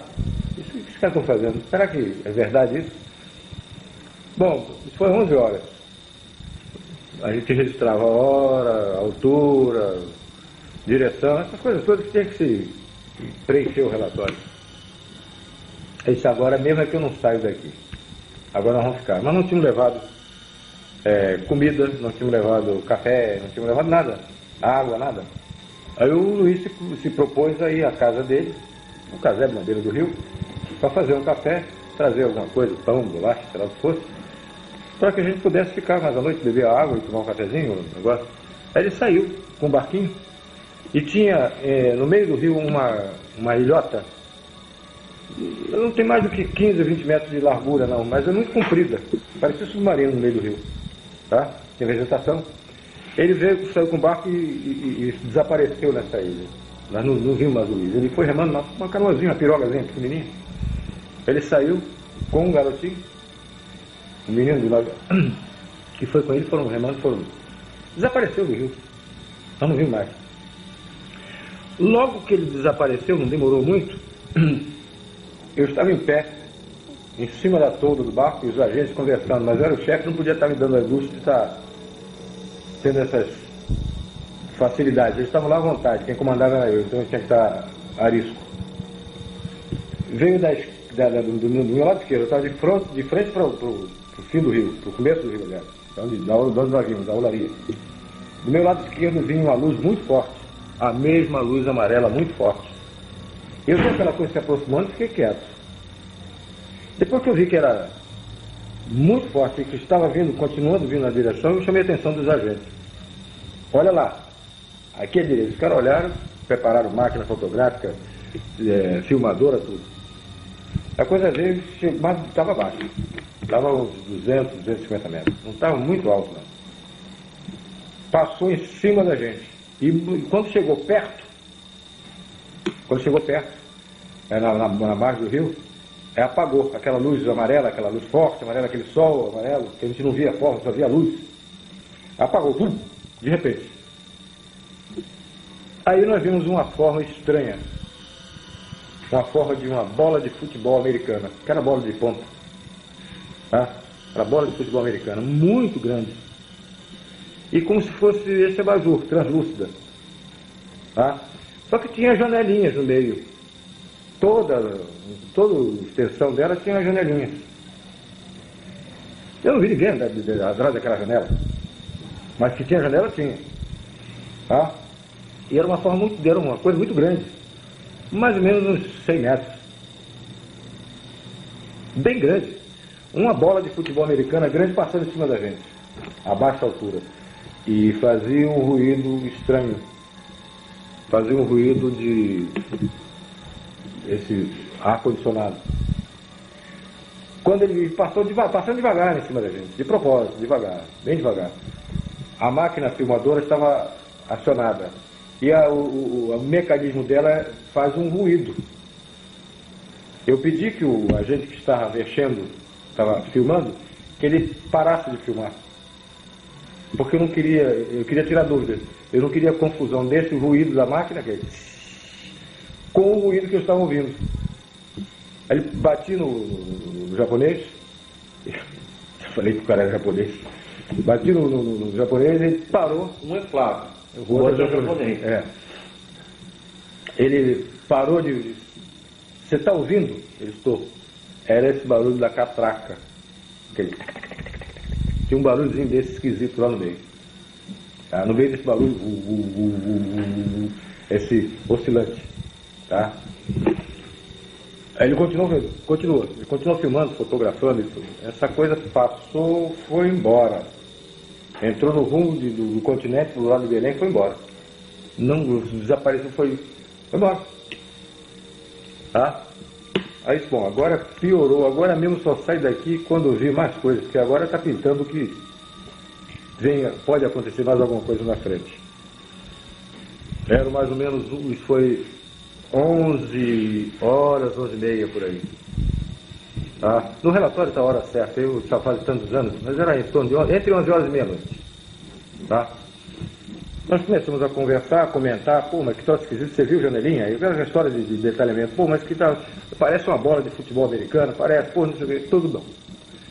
1h da manhã, entre 1h30, no relatório está preciso isso, ela veio acompanhando a mesma luz, só que não era mais âmbar, né? Era uma luz azul, muito forte. Ela veio acompanhando a lateral, a margem do rio oposta onde nós estávamos. Ela veio acompanhando e a gente vendo, olha ali. Olha lá, e veio. Quando chegou na direção da ilha, ela entrou na direção de Belém. Mas estava muito baixo. Na altura das árvores, passando a copa das árvores. Mas uma luz muito grande, um troço enorme. Essa foi a situação mais complicada, o caso mais extraordinário que o senhor viu dentro do projeto da Operação Prato? Foi. Ela aproximou, ela entrou para o Belém, depois ela voltou na nossa direção. A gente estava vendo que tinha uma luz lá embaixo, através das árvores, a gente via que aquela luz tinha penetrado pela mata dentro. Mas ela voltava na nossa direção. Ela veio e ficou postada na nossa frente, na outra margem do rio. Sabendo que vocês queriam. Parou na nossa frente, e depois eu fui por curiosidade, depois aí por questão de exatidão do relatório, eu fui medir essa distância, 60 metros. Tá? Ele parou e ficou parado na nossa frente, aquele monstro, um sol azul. Era um brilho muito forte, mas que você podia encarar, você podia ficar fitando. Ela não te machucava a vista. Janelas? Não via nada, só via aquela luz muito forte. Tá? Muito forte, um azul estranho, mas muito alto, muito grande, um sol enorme na nossa frente. Imenso, um troço inacreditável, incrível. Nós ficamos parados olhando, e agora? Aí eu fiquei com medo. Pô, agora está muito perto. Estava do outro lado do rio. É menos do que a distância de gol a gol no campo de futebol. É imenso. Tá? Parado aquela coisa na nossa frente. Nós ficamos olhando, ele demorou assim uns 3 minutos, talvez, com essa luz azul, e a gente olhando, e ninguém falava, e filmando, fotografando e tal. E a gente olhava e disse, porra, agora? De repente essa luz azul apagou. Pum! Rápido. e apareceu o que estava atrás dessa luz, o que estava emitindo essa luz. O objeto que Era essa bola de futebol americana que estava em pé na nossa frente. Uma bola de futebol de 100 metros de altura. Tá parada na nossa frente. Não vi janela nenhuma. era um objeto diferente, então. Devia ser o mesmo, mas devia estar com o interior apagado, alguma, sei lá, alguma coisa assim. Não dá para, eu não te digo que vi janela, tá? Vi aquela bola de futebol, aquela coisa na nossa frente. Ficou mais algum tempo e de repente ela ficou com medo. E agora? Todo mundo ficou com medo. E agora? Se esse cara vem e carrega a gente, como é que fica? Ninguém sabia o que ia daí para frente, o que ia acontecer. Coronel, o senhor está falando que esse tipo de ocorrência que o senhor está me descrevendo, que acontece na Amazônia, não é uma coisa comum em muitos lugares do mundo. Não.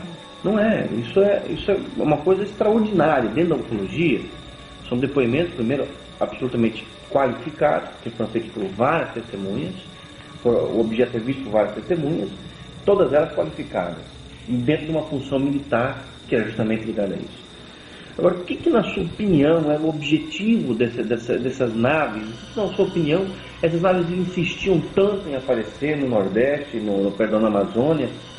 Enfim, o que passava pela sua cabeça? O que era isso? Vou te responder uma conclusão minha, pessoal. Essa conclusão eu expus a alguns amigos sérios, porque ufologia eu trato com muita seriedade. Passei a me interessar muito mais depois que a aeronáutica parou, eu continuei interessado no assunto. E para mim é um assunto muito sério. Eu descarto muita coisa de avistamento que eu não vi, não tenho certeza. Então passei a estudar com muito mais seriedade isso. E fui procurar entender, eu já tinha visto.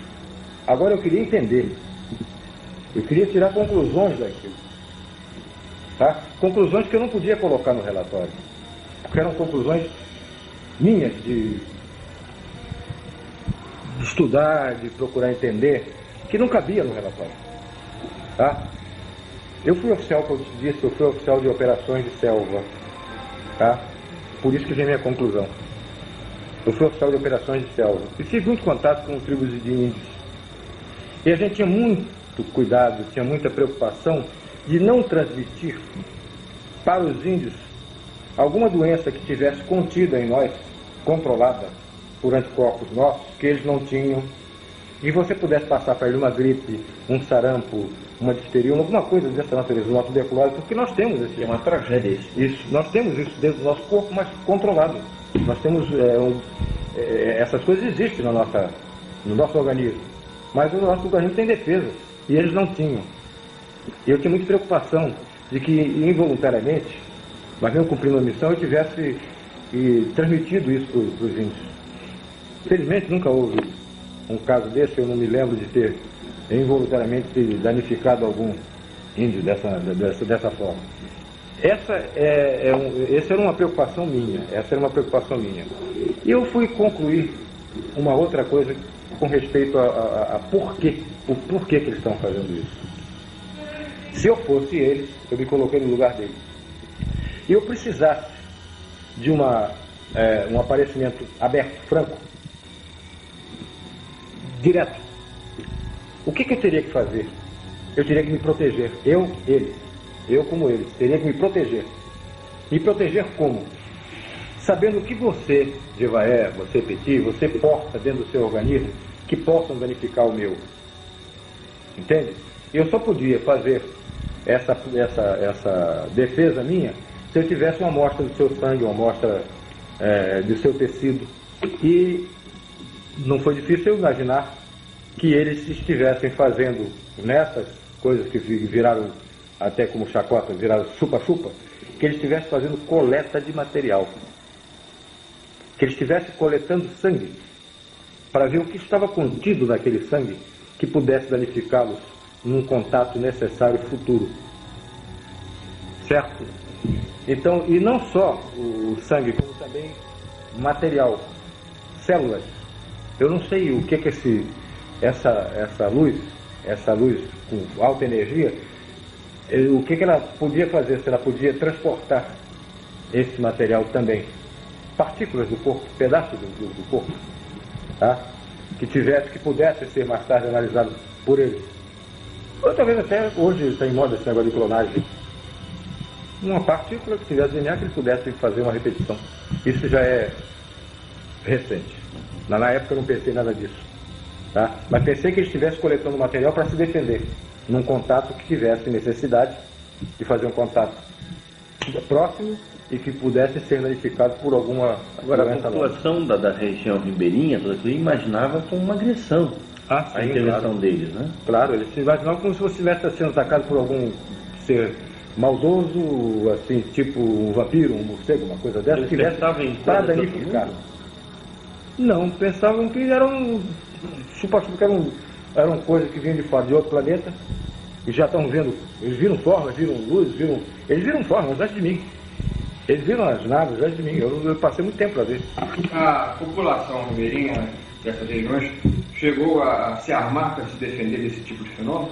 Eles usavam foguete, andavam armados, eles andavam com armas, essas espingardas de cartucho, espingarda de caça, eles usavam sim, atiravam até. Vocês documentaram isso através da Operação Prato? Foi relatado isso, eles andavam armados, alguns até atiravam. E outros diziam, não faça isso, porque o próprio padre dizia, não há finalidade nisso aí. Você nunca vai fazer nada. Então, esse que tentou, apontou uma arma, ficou uma semana, 15 dias, dormente, imobilizado na rede. Coronel, essa experiência que o senhor acabou de descrever, teve alguma influência, alguma alteração na sua vida, na sua forma de pensar o mundo? Isso já foi no finalzinho da Operação Prato? Da aeronáutica foi. Até onde a aeronáutica mandou interromper, logo depois, não demorou muito, logo depois ela foi interrompida. Esse relato foi passado ao meu comandante e foi dito como foi a coisa. Depois o filme foi revelado e foi visto no auditório, sim, no auditório do QG. Vários oficiais viram. Nós tiramos... Qual foi a opinião deles? Não tinha dúvida. Uma coisa interessante é que nós tiramos de step by step do filme passado devagarinho, tá? Essa forma em pé, isso nós não tínhamos visto, não deu para ver, nós não tivemos noção disso. Nós só vimos ver depois da impressão na emulsão fotográfica. Essa coisa tinha no alto, no topo, uma porta de avião, um Boeing, uma porta aberta. Não vi ser nenhum dentro. Na fotografia não aparece ser nenhum dentro. Mas aparece um facho de luz na nossa direção, para o barco onde nós estávamos. Dessa porta, alguém focando alguma coisa na nossa direção. Tá? Mas isso a gente não viu. Eu não sei se na ocasião em que estava com essa luminosidade azul muito forte, que a gente não via que tinha uma forma dentro, só viu aquela bola azul enorme. Perfeito. Agora, com uma declaração desse nível, uma coisa extraordinária como essa, já no 3 ou 4 meses de trabalho na Operação Prato, por que o Comar, por que a Aeronáutica foi então desativar o projeto? Olha, eu te digo que talvez tenha sido por o que eu já disse em outra oportunidade. São perguntas que se faz. Cada vez que você responde, eles querem mais. A população, o mundo, quer mais. São perguntas que você não pode responder. Quem são? Ninguém pode responder. Talvez quem esteja mais avançado nisso é o americano. O russo, talvez. Quem são? Não tem resposta. De onde vem?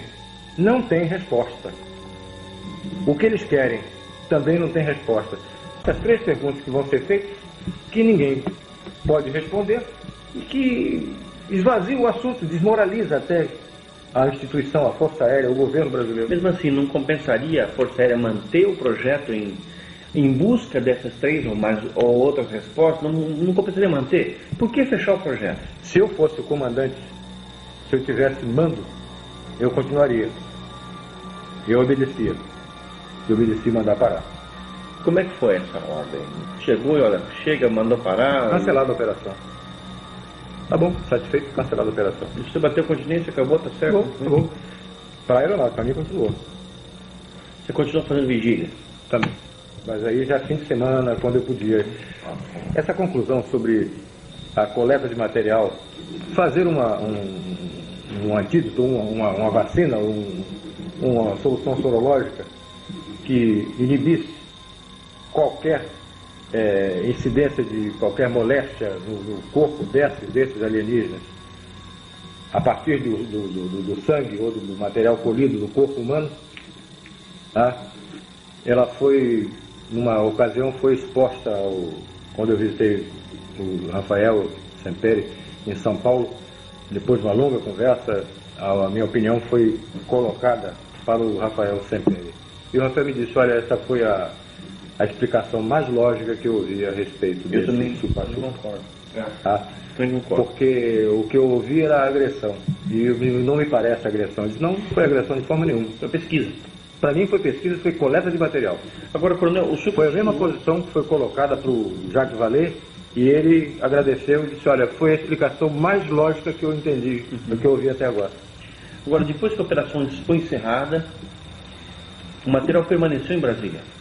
O material que vocês coletaram deve ter sido muita coisa.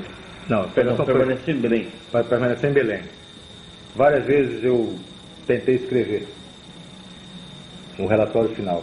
Porque o relatório era parcelado, caso a caso, tá? Uhum.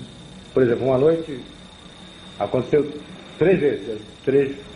Então tinha que ser feito um relatório englobando final. Isso e um relatório final.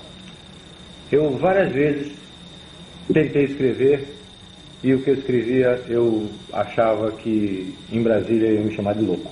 O que eu ia escrever é o que eu vi. Quem ia ler não estava lá, não viu, ia me chamar de louco. Essa bola, esse troço todo, essas coisas todas, eu achei que eles iam me chamar de louco. Agora, mesmo depois do encerramento da Operação Prato, você continuou pesquisando, investigando, fazendo suas vigílias, como é que foi isso? Aí teve alguma outra experiência interessante? Teve.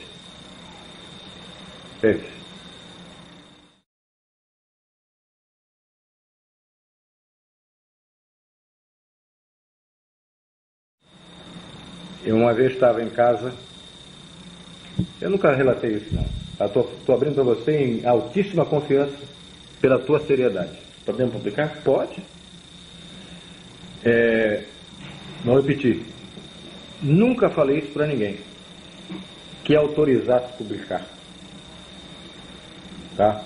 Estou te falando agora, já estou com 60, daqui a pouco estou com 70, se chegar lá, se não desaparecer antes, tá?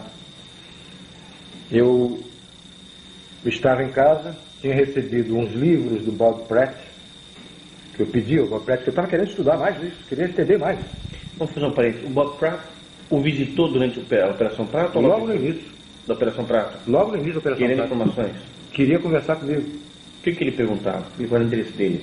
Ele queria saber sobre o que tinha ocorrido, porque ele tinha estado na Ilha dos Caranguejos. E eu nem sabia da existência da Ilha dos Caranguejos, do que tinha ocorrido lá. Depois eu mandei verificar o que foi. E que outros ufólogos procuraram para saber a respeito disso, nacionais e internacionais?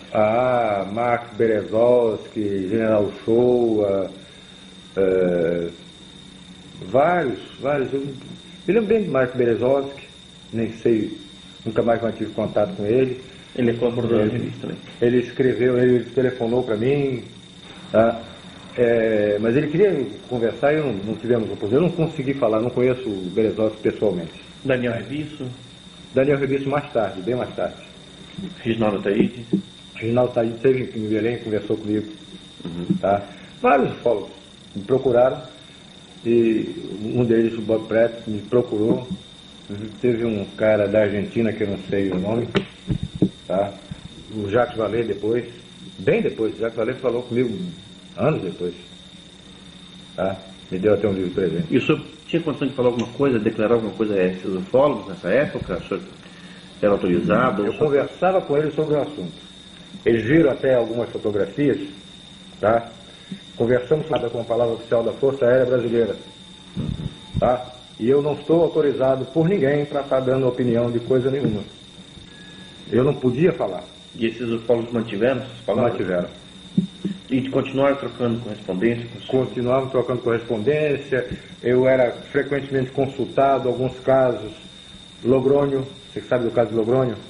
Não? Não. Da Rafael, um caso de um padre, uma sonda que entrou, que parou o rádio.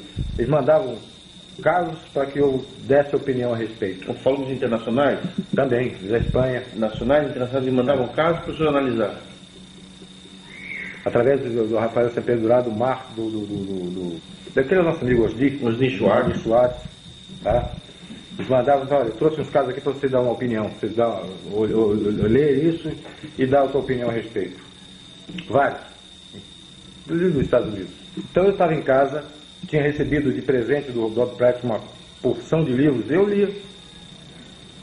Esses livros procurava me aprofundar mais em ufologia, em humanoides, aparecimentos, abduções e outras coisas. Eu fui me munindo de mais conhecimento sobre ufologia. Eu estava interessado, já não tinha mais na Força Aérea. Era assunto meu. E um dia eu tinha colocado numa estante, morava na Vila Militar, bem distante da rodovia. Esse detalhe é importante porque não tinha trepidação de carro. Era uma Vila Militar, passasse era um automóvel, um carro de passeio. Tá? E os livros estavam colocados, empilhados, um em cima do outro, na minha estante. Eu estava deitado e não estava lendo ufologia. Nesse dia eu estava lendo um outro livro, de Rosa Cruz ou maçonaria, eu não me lembro, mas um livro que não tinha nada a ver com ufologia. E minha filha, essa que está aqui em casa, ela está aqui, ela era pequenininha, estava lendo uma revistinha de criança, na minha cabeceira. Eu estava deitado na cama lendo, e ela estava sentada na minha cabeceira, no chão, e se deslocaram como se tivesse sido pegados assim a pilha, e se deslocaram coisa e caíram no chão. Inteiros, a pilha inteira, empilhados. Transportados verticalmente, empilhados até o chão. Como se tivesse uma mão embaixo e outra em cima. Isso. Como você pegasse a pilha assim e fizesse isso, foi até o chão. Quando eles bateram no chão, claro que a pilha desmontou. Mas não caíram os livros, eles vieram empilhados até o chão. Bateram no chão e minha filha se assustou. Lá ela está aqui. Ela se assustou. Mas, pai, que engraçado. Era até a expressão de criança. Pai, que engraçado. Como é que o livro caiu? Nessa mesma altura do acontecimento, minha mulher estava embaixo, preparando a mamadeira das crianças. Eles mamaram até muitos anos. Tá? Ela estava embaixo, preparando a mamadeira deles. A mesma coisa aconteceu lá embaixo. Só que com uma bandeja onde tinham copos e talheres. A bandeja saiu, minha mulher sozinha lá embaixo. A bandeja saiu voando da pia, voou pela cozinha e caiu. Pum! Não quebrou um copo, mas fez barulho. Eu ouvi aquele barulho de louça caindo e me levantei. Antes disso, eu tinha até brincado. Quando ocorreu, logo caiu essa pilha, foi logo depois que aconteceu esse troço lá embaixo. Eu até brinquei. Peguei os livros, botei no lugar. Peguei a pilha de livro, botei no lugar, para não assustar minha filha, até brinquei. Disse, vocês estão querendo que eu leia, eu vou pegar um livro aí, vou ler. Abri um livro com uma página qualquer, e fui ler. Logo que eu estou abrindo o livro, aconteceu isso lá embaixo, na minha casa. A bandeja saiu voando e caiu. Pelo barulho, eu pensei que tivesse machucado alguém, que a minha tivesse cortado, porque tinha barulho de louça batendo. Eu tinha uma escada, era do caso, 2 andares, eu ia descendo quando ela vinha subindo com os olhos arregalados. Aí eu não fico mais lá embaixo, não. Eu disse, o que era? Não sei, saiu a bandeja voando e caiu. A bandeja não tinha por que sair da pia. Perfeito. É onde você coloca prato todo dia, em copos e não sei o que, toda hora. Ela saiu voando e foi parar no meio da pia, da cozinha. Esse, não entendi. Juntei a bandeja e botei no lugar. Aí levei um copo d'água com a minha mulher e tal, tudo bem. Logo em seguida, uns 2 ou 3 dias depois, ela já estava dormindo, eu estava deitado. E estava fazendo uma espécie de desligamento. Fazendo uma mentalização. Estava fora, estava bem desligadão. E era em torno de meia-noite, mais ou menos. Eu estava deitado, minha mulher do meu lado, na cama, e eu estava deitado de lado. Estava deitado assim de lado. De repente, no meu quarto, um clarão muito forte, e um estalido, como se você tivesse ocorrido alguma coisa assim naquela caixa que tem os disjuntores, tá? Como se tivesse tido algum problema ali, aquele estalido muito grande, muito forte. E ao mesmo momento em que iluminou o quarto todo. Eu me assustei, já vi o troço esquisito, e imediatamente após isso, tinha um ser atrás de mim, me abraçando, até numa situação meio esquisita, o cara me abraçando por trás, eu não gostei muito da história não. Tá? E tinha um outro na minha cabeceira. Tinha 1,5 metro mais ou menos, tipo, vestido com uma roupa parecida com essa roupa de astronauta, essa roupa de mergulho. Volante, neoprene. Então era meio fofo. Não é colado assim não, era um troço que, por exemplo, uma pessoa amada parece gorda dentro daquela roupa. Tá? O rosto não vi, mas era cinza chumbo. Tá? Tinha uma máscara como se fosse de mergulho, mas o rosto não dá para se detalhar. Não vi olho, forma de olho, não vi. E eu estava muito assustado. E aquele bicho atrás me abraçando. Me abraçou, me apertou e falou no meu ouvido em português, com um som de... Hoje a gente ouve até nessas... Parece computador. Voz de computador, aquela voz assim, ó. Metalizada. Metalizada, uma voz assim. Falando no meu ouvido, calma, não vamos te fazer nenhum mal. E sua mulher nessa história? Continua dormindo. Ela nem sabia de nada. Ele, calma, não vamos te fazer mal nenhum. O cara me abraçou, eu olhei assim, esse baixinho estava aqui na minha cabeceira. Eu estava ao contrário dela. Logo em seguida, o outro estalido e o clarão desapareceram. Eu fiquei muito assustado. Houve alguma situação de perda de tempo? Não me lembro. Não me lembro porque eu fiquei depois raciocinando, pô, será que eu sonhei? Será que eu... que foi isso? Troço esquisito. Mas 2 vezes eu estava, quando eu estou acordado do primeiro estalido, o segundo estalido, e essa troço todo, eu digo, porra, eu não entendi. Eu não me lembro se eu desci para beber água, eu acho que eu desci, fui beber água, um troço desse qualquer, uma coisa mal visto, sei lá que porra. Esse tipo de coisa incomodou nos dias seguintes? Não, no dia seguinte. Voltou a acontecer? No dia seguinte, não. No dia seguinte, eu fui pro quartel. Minha mulher sempre fechava o portão da casa, por causa dos cachorros e por causa das crianças.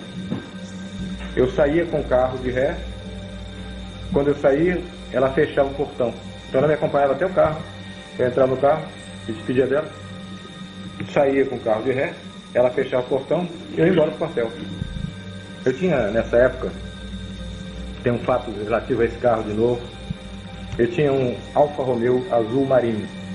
Eu fui, meti a chave no carro, o carro estava na garagem, meti a chave no carro, na porta do motorista. Quando eu cheguei perto da porta, a porta do outro lado abriu. E minha mulher estava vendo, ela ficou assustada. A porta do outro lado abriu, sozinha. Eu não tinha tocado no carro. Eu estava com a chave, fui chegando perto. Quando eu fui para abrir o carro, a porta do outro lado abriu. Pá!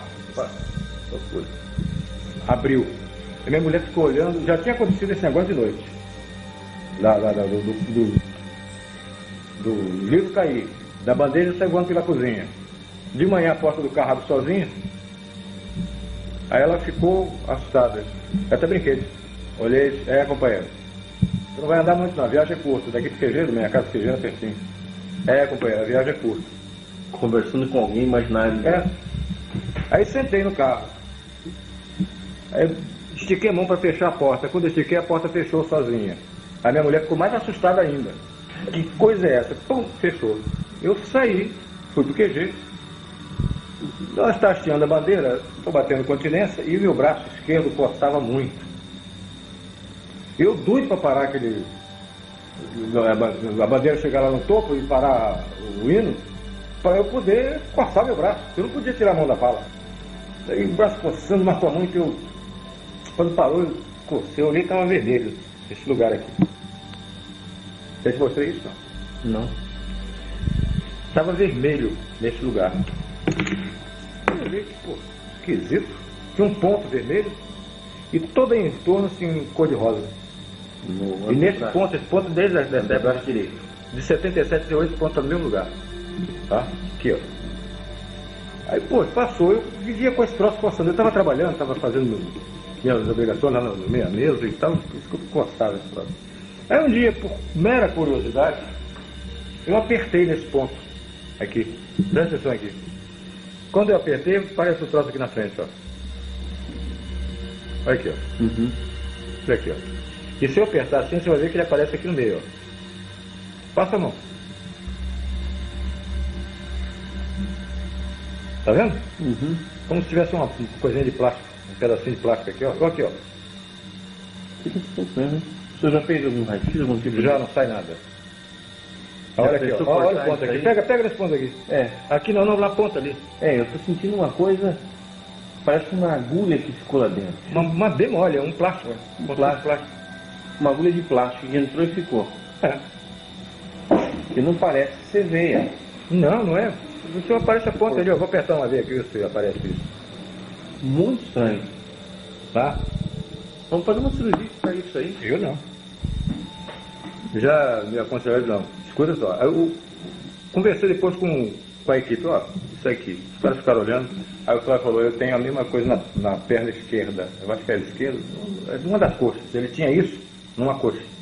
O Flávio, esse sub que morreu de derrame. Tá? Ele tinha uma coisa dessa na perna esquerda. Mesmo tipo de coisa? Mesma coisa. E os demais?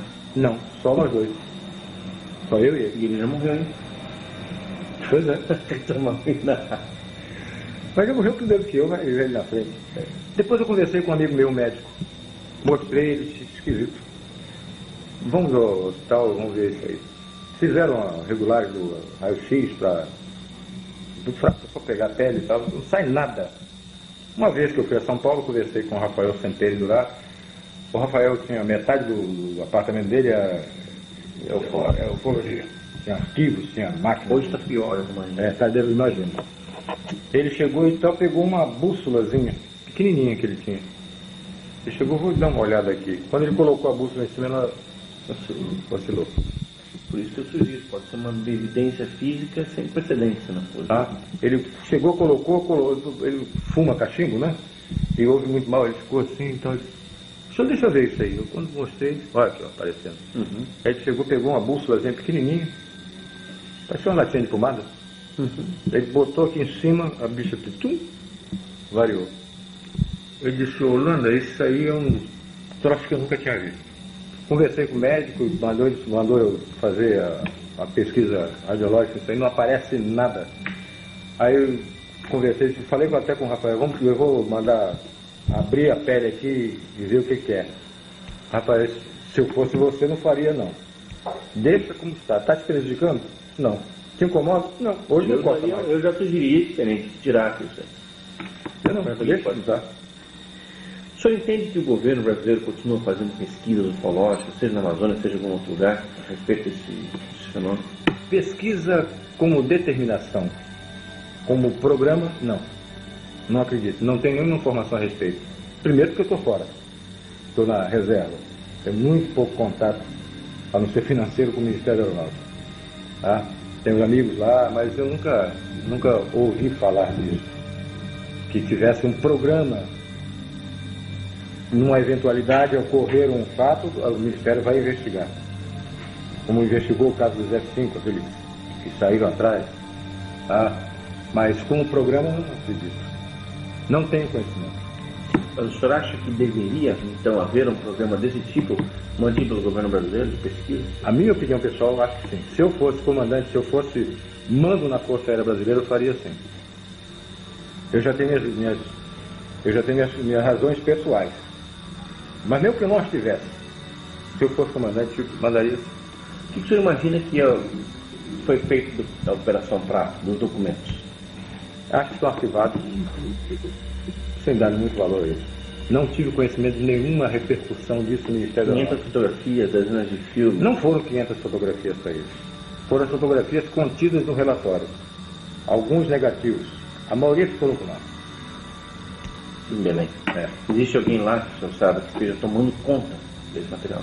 Ele está guardado no segundo comando e você não vai obter nada a respeito disso. Ninguém abre isso.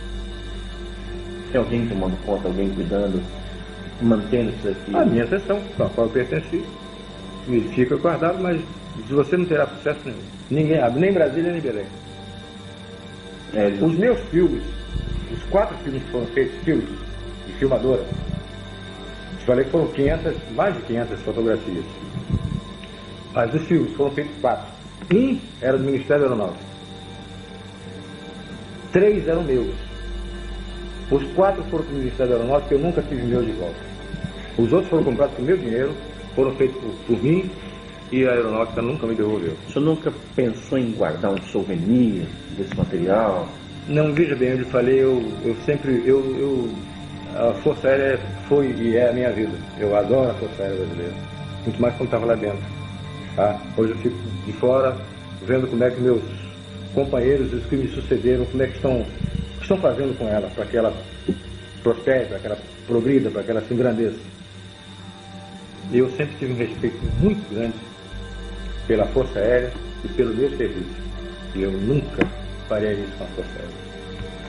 Fiquei calado 20 anos. Fui consultado, fui procurado várias vezes. Me pediram que eu escrevesse, que fizesse declaração. Você me pediu, eu disse, não posso falar. Hoje não, hoje estou na reserva. E para os militares que permanecem na aeronáutica, que sabem que existem esses documentos e que a população tem o direito de conhecê-los, você não acha que vai ter um certo embaraço? Você não acha que esses documentos deveriam ser liberados para o público? Aí já é decisão de comando. Eu acho que, a minha opinião, é aquela que eu te disse.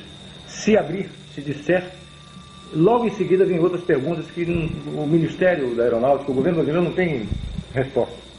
Para evitar esse constrangimento, não se fala nada. Uma vez eu estava assistindo o Flávio Cavalcante, um interrogatório sobre isso, um cara perguntou, já que essa coisa, por que eles não pousam no Maracanã, para todo mundo ver? Se acontecer um caso desse, um pouso na esplanada do Planalto, aí não tem jeito. O que eu acredito é que em futuro próximo, bem próximo, e posso ser até um pouco mais abusado do que eu estou te dizendo, não chega a 2 anos, esse evento vai acontecer. Dentro de 1 ano e meio a 2 anos, esse evento vai acontecer. Contato claro, aberto, todas as televisões do mundo, CNN, Globo, todo mundo dentro. Isso deve acontecer dentro de um futuro bem próximo. Vocês entendem a minha posição? Antigamente não dava, eu ficava... Perfeitamente. Falasse qualquer coisa, isso... A primeira coisa que chegava o ministro, se chegasse a pública, a televisão, se eu tivesse o desplante chegar na televisão, eu vi porque não sei o que, alguma coisa assim. O ministro chegava na televisão e disse, o coronel não está, o capitão não está autorizado a falar, não há nenhum crédito da Força Aérea a esse assunto, e eu ficava numa situação muito de babaca nessa história toda. Bom, o capitão não está autorizado, não tem nenhum valor a declaração dele. Hoje eu sou da reserva, vou falar o que quiser. Pode me prender que eu estou morrendo de rir.